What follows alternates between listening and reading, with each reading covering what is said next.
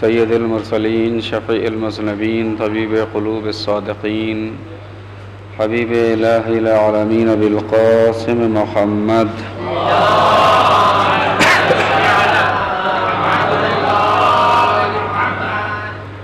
وآل الطیبین الطاہرین المعصومین المظلومین المنتخبین المنتجبین المطہرین سیما علی بقیۃ اللہ فی الارضین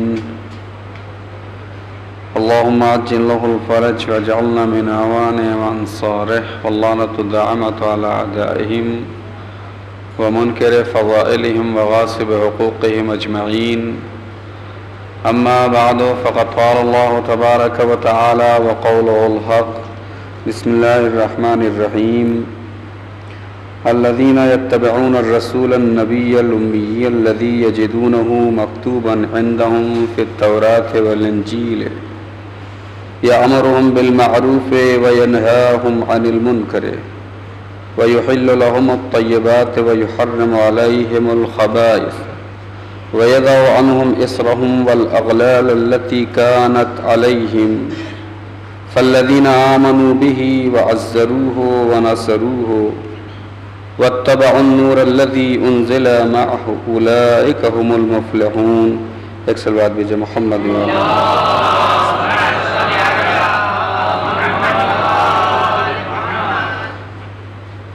عزیزان محترم، سورہ اعراف کی آیت نمبر 157 ہے، جس کی تلاوت کا شرف آپ کے سامنے حاصل کیا، جس میں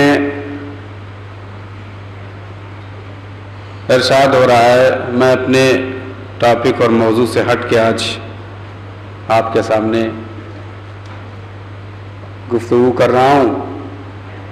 الذین یتبعون الرسول النبی الامی، وہ لوگ کہ جن لوگوں نے رسول جو نبی بھی ہے اور امی بھی ہے اس کی پیروی کی. یجدونہ مکتوبا عندہم، اور اس نبی کے صفات کو ان لوگوں نے اپنی کتاب میں لکھا ہوا پایا، توریت میں اور انجیل میں. اس نبی جو رسول بھی ہے اور امی بھی ہے، اس کے صفات کو ان لوگوں نے توریت اور انجیل میں لکھا ہوا پایا اور اس کی پیروی کی، یعنی اس پہ ایمان لائے. اس کے صفات کیا ہیں؟ یأمرہم بالمعروف. اس نبی کی پہلی صفت یہ ہے کہ وہ نیکیوں کا حکم دے گا. یعنی اس نبی کا جو پروگرام ہے، جو برنامہ ہے، وہ عین مطابق عقل ہے. عقل اچھائیوں کو پسند کرتی ہے اور برائیوں سے نفرت کرتی ہے. اس نبی کے پروگرام میں سب سے پہلی بات یہ ہے کہ وہ نیکیوں کا حکم دے گا اور وَيَنْهَاهُمْ عَنِ الْمُنْكَرِ، اور برائیوں سے روکے گا. یعنی فرسٹ پیج پہ جو پہلا پروگرام ہے نبی کا، امر بالمعروف اور نہی عن المنکر ہے. آپ بھی کہیں گے کہ مولانا پیچھے پڑ گئے امر بالمعروف اور نہی عن المنکر کے، لیکن کیا کیا جائے، یہی مقصد بعثت انبیاء ہے. حقیقت میں اگر آپ دیکھیں، انبیاء کی بعثت کا مقصد انسانیت کو راہ راست پہ لانا، انسانیت کو صراط مستقیم پہ لانا. یہی مقصد ہے انبیاء کے آنے کا، اور یہی مقصد ہے ائمہ کے آنے کا. اس لیے فرنٹ پیج پہ جو ہے وہ جو بھی نبی آیا یا جو بھی اس کا وسیع اور جانشین آیا، اس کا پہلا جو منشور اور لاہ عمل شائع ہوا، اس کے پہلے پیج پہ یہی لکھا ہوا ہے، امر بالمعروف اور نہی عن المنکر. اور اسی لیے کہا گیا ہے کہ جس قوم سے امر بالمعروف اور نہی عن المنکر اڑ گیا، وہ قوم مردہ ہو گئی، وہ قوم مر جائے گی، اس قوم کے جوان مر جائیں گے. بقول مولا کائنات کے کہ چلتی پھرتی میتیں کہلائیں گی. تو سب سے پہلا جو پیغمبر کا کام ہے امر بالمعروف اور نہی عن المنکر. وَيُحِلُّ لَهُمُ الطَّيِّبَاتِ وَيُحَرِّمُ عَلَيْهِمُ الْخَبَائِثَ. اور دوسری بات وہ رسول کیا کرے گا؟ عین فطرت کے مطابق طیبات پاک چیزوں کو حلال قرار دے گا، لوگوں کے لیے پاک چیزوں کو جائز قرار دے گا. وَيُحَرِّمُ عَلَيْهِمُ الْخَبَائِثَ. اور ان کے اوپر خبائث نجاست کو، نجس چیزوں کو حرام کر دے گا. یعنی اب جو رسول جسے نجس کہے مسلمان کو نجس ماننا پڑے گا. توجہ کیجئے گا جملہ. اب اس میں کسی طرح کی چوچرا نہیں، کسی طرح کا اس میں نقطہ نہیں نکالا جا سکتا ہے. رسول جو کہے کہ یہ خبیث ہے، یہ نجس ہے، اسے ماننا پڑے گا نجس. توجہ کیجئے گا. وَيَذْرُ عَنْهُمْ إِسْرَهُمْ. اور تیسری بات، پانچویں بات کیا ہے رسول کی؟ کہ جو قوموں پہ بوجھ تھا مختلف رسومات کا، جاہلیت کا، بیجا پابندیوں کا، اس بوجھ کو یہ رسول ان کی گردنوں سے اٹھا دے گا اسلام کے ذریعے سے. وَالْأَغْلَالَ الَّتِي كَانَتْ عَلَيْهِمْ. اور جن کے جو زنجیریں ان کے اوپر، ان کی گردنوں میں بندھی ہوئی تھیں، جہالت کی، تکبر کی، گھمنڈ کی، تعصب کی، قتل و غارت کی، جو جتنی بھی زنجیریں ان کی گردنوں میں پڑی ہوئی تھی، وہ رسول ان کی گردنوں سے ان زنجیروں کو نکال دے گا. اخوت کے ذریعے سے، نیک باتوں کے ذریعے سے، حسن اخلاق کے ذریعے سے، اسلامی تعلیمات کے ذریعے سے. توجہ کیجئے گا. فَالَّذِينَ آمَنُوا بِهِ. پس وہ لوگ جو ایمان لائے اس رسول پر، وَعَزَّرُوهُ. اور اس رسول کی عزت کی، تعظیم کی، اس کی مدد کی، وَنَصَرُوهُ. اس کی نصرت کی. وَاتَّبَعُوا النُّورَ الَّذِي. دیکھیے فقط بات ایک نہیں ہے کہ صرف رسول کی تعظیم، صرف رسول کی عزت. اگر یہی پہ بات ختم ہو جاتی تو مسلمانوں کی ایک بہت بڑی کثرت جو ہے وہ نجات پا جاتی. لیکن آیت یہیں پہ ختم نہیں ہوئی. وَاتَّبَعُوا النُّورَ الَّذِي. صرف رسول پہ ایمان لانا کافی نہیں ہے، بلکہ پیروی اس نور کی بھی. اب یہاں علماء نے ماں کہا ہے، لیکن اصل میں یہاں ماں علا کے معنی میں ہے. وہ نور جو رسول پر نازل ہوا. اس لیے کہ رسول کے ساتھ اگر ہم نور سے مراد کتاب لیں تب بھی رسول کے ساتھ نہیں آئی، رسول کے بعد آئی ہے. اور اگر ہم کوئی اور چیز لیں تو وہ بھی رسول کے بعد آئی، رسول کے ساتھ نہیں آئی. تو یہاں ماں کے معنی علماء نے علا لیا، یعنی وہ نور جو رسول پہ نازل ہوا اس کی بھی پیروی کریں تب.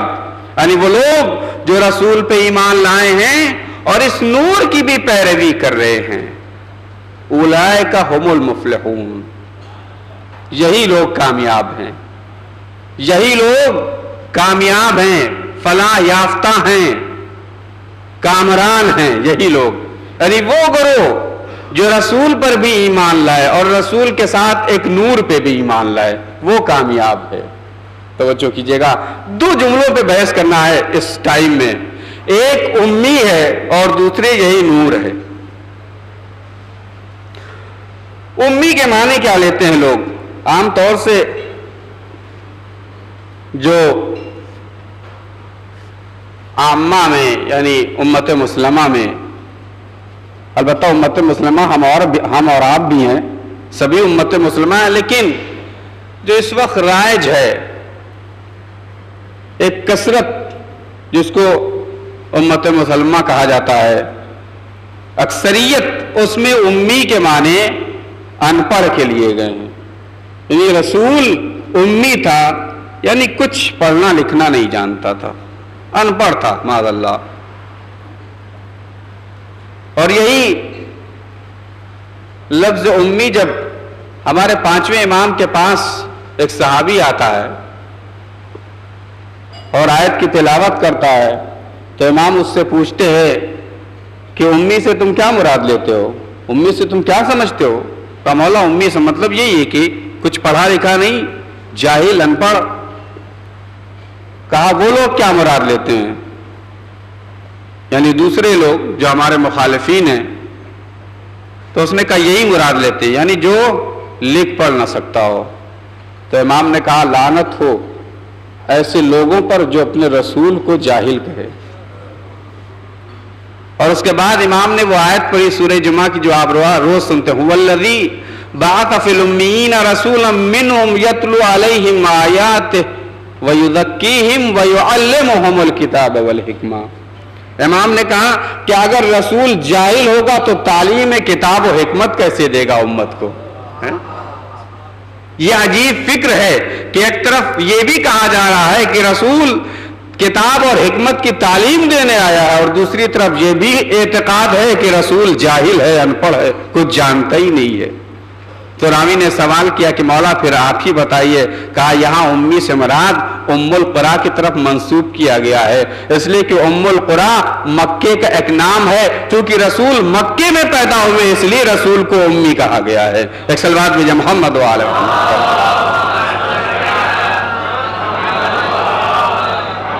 اسی لیے تو کہا گیا کہ اہل بیت کے در سے جو ہٹا پھر وہ اسی طرح سے قرآن کے معنی کرتا ہے۔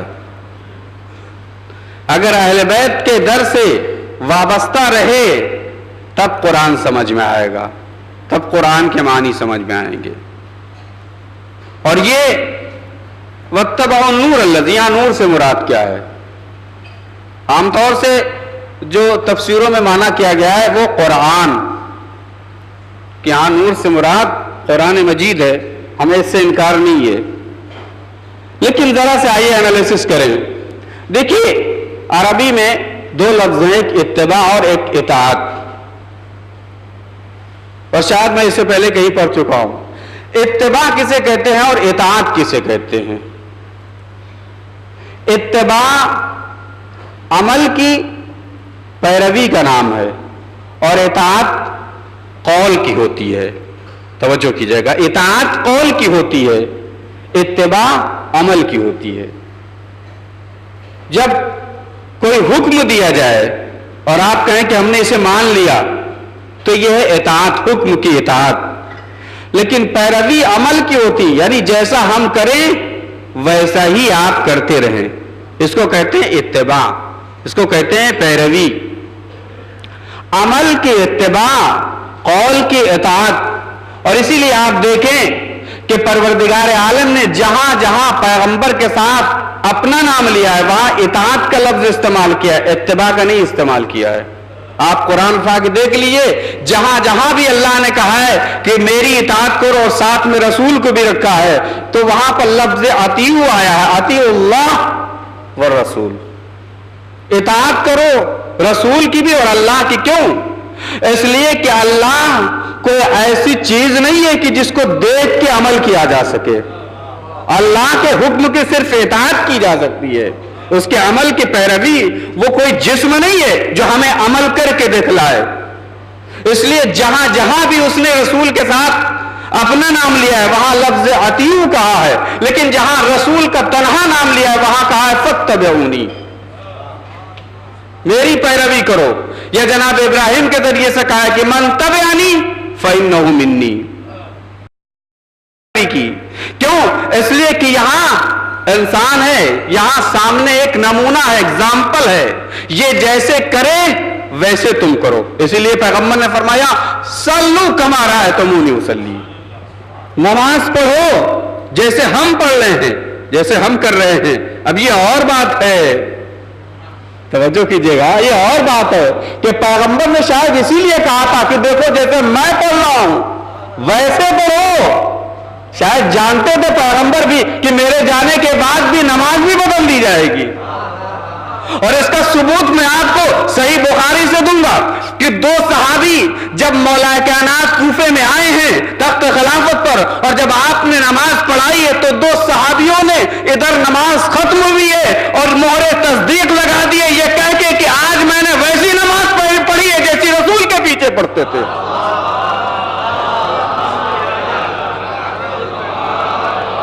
یہ صحیح بخاری کی حدیث ہے کہ آج ویسی نماز پڑھی ہے جیسے رسول کے پیچھے پڑھی تھی. آج یاد آ گئی رسول کی نماز. اس کا مطلب یہ ہے کہ رسول کے بعد اور علی تک یہ بیچ میں جو فاصلہ تھا اس میں نماز میں کچھ چینجنگ ہوئی ہے, تبھی تو ان صحابیوں نے کہا ہے. تو اتباع کا مطلب کیا ہے؟ صلو کما رأیتمونی اصلی, یعنی جیسے جیسے میں کروں ویسے ویسے تم کرو. توجہ کیجئے گا.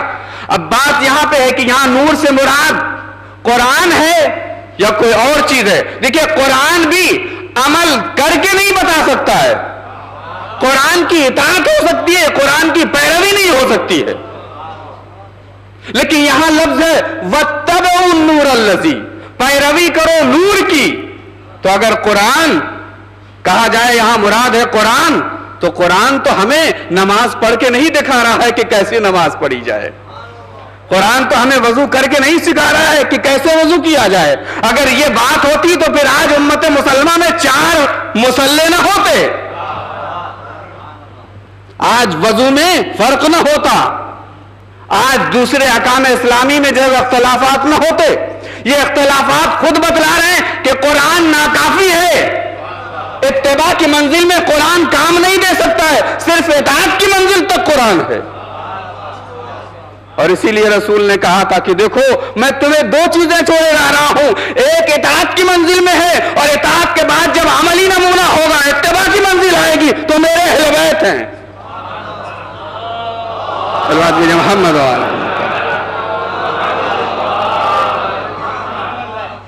تب یہاں سمجھ میں آیا کہ یہاں نور سے مراد قرآن نہیں ہے بلکہ نور سے مراد کوئی اور چیز ہے. اب حدیث آگے پڑھ کے آپ کے سامنے سناؤ. عیاشی, تفسیر عیاشی میں بھی ہے اور اصول کافی میں ہے, باب انوار اللہ میں, کہ اللہ کے انوار, اللہ کے نور کون سے ہیں. تو یہ آیت نہیں بلکہ کئی آیتیں ہیں جن میں امام نے فرمایا کہ دیکھو یہاں نور سے مراد ہم ائمہ اہل بیت کا نور مراد ہے. نور الہی ہم ہیں. جہاں جہاں نور کا لفظ آمنو باللہ ورسولہ والنور الذی, ایمان لاؤ اللہ پہ, رسول پہ اور نور پہ, تو اس نور سے مراد ہم ائمہ اہل بیت ہیں. ایک صلوات بھیجئے محمد وعلی.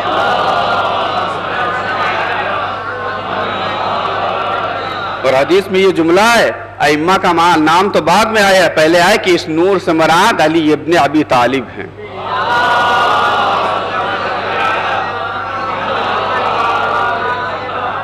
تب آیت کا مطلب سمجھ میں آ گیا کہ کون لوگ کامیاب ہیں, کون لوگ مفلح ہیں, کون لوگ فلاح یافتہ ہیں. وہ جو پیروی کریں رسول کی بھی اور پیروی کریں علی کی بھی. توجہ کیجئے گا, نہ خالی علی کی پیروی کامیابی کی ثبوت ہے, نہ خالی رسول کی پیروی کامیابی کی ثبوت, بلکہ پیروی دونوں کی ساتھ ہونا چاہیے. اب یہ اور بات ہے کہ ہمارا عقیدہ ہے کہ جو علی ہے وہی رسول ہے, جو رسول ہے وہی علی ہے, کوئی فرق نہیں ہے. انا و علی من نور واحد. ہم اگر علی کی پیروی کریں گے تو رسول ہی کی پیروی کہلائے گی, اس لیے کہ علی رسول سے جدا نہیں ہے, علی رسول سے ہٹ کے نہیں ہے. وہ ٹھیک ہے. اور علی کا تذکرہ زندگی کا ثبوت ہے, اس لیے کہ انسان کے لیے 2 طرح کی غذا اور 2 طرح کے کھانے کی ضرورت ہے. ایک اسے جسم کی غذا چاہیے اور ایک اسے روح کی غذا چاہیے. جسم کی غذا تو یہ ہے جو ہم اور آپ سب کھاتے ہیں. علماء نے کہا کہ جس طرح سے جسم پہ 4 حالتیں آتی ہیں, بیماری, صحت, موت اور زندگی, اسی طرح سے روح پہ بھی یہ 4 حالتیں عارض ہوتی ہیں, صحت و بیماری, زندگی اور موت. اگر جسم کو غذا نہ ملے, اگر جسم کو کھانا نہ ملے تو جسم کمزور ہو جاتا ہے, جسم کبھی کبھی بیمار ہو جاتا ہے, کبھی صحت مند ہوتا ہے, اور جسم کبھی موت آ جاتی ہے, کبھی عام طور سے جسم زندہ ہوتا ہے جب حرکت کرتا ہے, لیکن جب بے حس ہو جائے تو موت آ جاتی ہے. روح کو بھی یہی حالتیں ہیں, کبھی بیمار ہوتی ہے, کبھی صحت ملتی ہے اس کو. اور کبھی زندگی ہوتی کبھی موت. تو روح کی غذا جس طرح جسم کی غذا اسی طرح سے روح کے لیے بھی غذا ہے. جسم کی غذا تو یہ مادی چیزیں ہیں اور روح کی غذا روحانی چیزیں ہیں. جس طرح سے روح کے لیے عبادت غذا ہے, جس طرح سے روح کے لیے معنوی چیزیں روحانی چیزیں غذا ہیں, اسی طرح سے روح کے لیے ذکر علی اور ذکر اہل بیت بھی غذا ہے. قل لا اسألکم علیہ اجرا الا المودۃ فی القربى. اگر روح کو غذا نہ ملی, یہ جتنی بھی عبادتیں ہیں یہ روح کی غذا ہیں, روحانی غذائیں ہیں. اور ان ساری عبادتوں میں بھی امام نے فرمایا ہے کہ ہم اہل بیت کی ولایت, ہم اہل بیت کی محبت جو وہ بنیاد ہے, اساس ہے. اگر یہ نہیں تو کچھ نہیں. تو یہ روح کی غذا ہے ذکر اہل بیت, یہ روح کی غذا ہے ذکر علی. اگر یہ نہیں ملا روح کو تو روح مردہ ہو جائے گی, اور جب روح مردہ ہو جائے گی تو انسان چلتے پھرتے تو دکھائی دیں گے لیکن وہ ان کا شمار مردوں میں ہوگا. لیکن اگر روح زندہ ہوگی تو مومن بھلے قبر کے نیچے ہی کیا ہو لیکن وہ زندہ کہا جائے گا. من مات علی حب آل محمد مات شہیدا. اکثر بات ہوئی محمد والا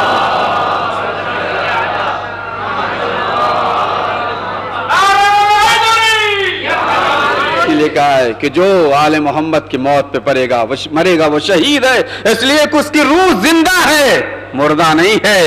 مردہ وہ ہوتے ہیں کہ جن کے دل میں علی اور آل علی کی محبت نہیں ہوتی ہے. ارے مرنے کے بعد انہیں مردہ کیوں کہا جائے, بلکہ زندگی ہی میں وہ مردہ ہوتے ہیں. تو یہ علی کا تذکرہ ہے. پیغمبر اسلام نے کہا تھا کہ میرے بعد تم میرے اہل بیت کا خیال رکھنا, اور ہم قیامت کے دن حوض کوثر پہ تم سے سب سے پہلا سوال یہی کریں گے کہ تم نے ہمارے اہل بیت کے ساتھ کیا کیا ہے. یہی سوال کیا جائے گا کہ تم نے ہمارے اہل بیت کے ساتھ کیا کیا ہے. ایک بار نہیں بلکہ 10 بار کہا تھا کہ ہمارے اہل بیت, ہمارے اہل بیت, اہل بیتی اہل بیتی. ایسا لگتا تھا کہ پیغمبر کو معلوم تھا, اور یقیناً پیغمبر کو معلوم تھا کہ میرے بعد میرے اہل بیت کے ساتھ میری امت کا سلوک کیا ہوگا. اس لیے بار بار تاکید کی جا رہی تھی, بار بار ٹہوکا دیا جا رہا تھا, ہوش میں آ جاؤ, ابھی بھی وقت ہے کہ میرے جانے کے بعد میرے اہل بیت کے ساتھ دشمنی نہ کرنا. لیکن اللہ اکبر, امت نہ سمجھی. ادھر عالم پیغمبر اسلام کی آنکھ بند ہوئی اور ادھر اہل بیت پہ ظلم, اہل بیت پر مصیبتوں کا پہاڑ ٹھہرانا شروع کر دیا. اللہ اکبر.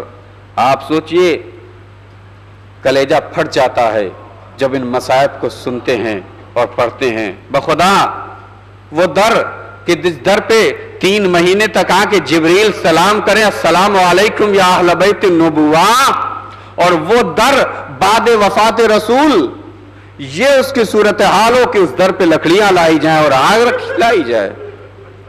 وہ دروازہ کہ جس دروازے کو ملک الموت بھی بغیر فاطمہ کی اجازت کے پار نہ کر سکے, اس دروازے کو گرا دیا جائے بنت رسول پہ. یہ کم مصیبت نہیں ہے. کلیجے پہ ہاتھ رکھ کے سوچئے وہ بیٹی کہ جس کے تعظیم کے لیے خود رسول اٹھ رہے ہوں, اس بیٹی کو مجبور کیا جائے کہ وہ دربار خلافت تک جائے, اس بیٹی کے تازیانہ لگایا جائے, اس بیٹی کے پہلو کو شکستہ کیا جائے, محسن ماں کے پہ شکم میں شہید ہو جائے. سیدہ پہ یہ کم مصیبتیں نہیں تھیں, اس بیٹی کو رونے سے روکا جائے. لیکن پھر بھی میں کہوں گا یہ مدینہ تھا یہ شہزادی. آپ کو اگر مدینے کے شہر میں رونے نہیں دیا گیا تو علی نے آپ کے لیے مدینے سے باہر ایک گھر بنا دیا تھا جس کو بیت الحزن کہا جاتا ہے, اور آپ وہاں جا کے اپنے بابا کو رو لیتی تھی. لیکن یہ شہزادی سن 61 ہجری میں ایک وقت وہ بھی آیا ہے کہ ہم نے دیکھا کہ اگر سکینہ کے آنکھوں میں آنسو آ گئے تو شمر تازیانے سے مار رہا تھا. اے شہزادی ہم نے دیکھا ہے کہ اگر زینب و ام کلثوم کے آنکھوں میں آنسو آ گئے ہیں تو شمر تازیانے لے کے مارتا تھا.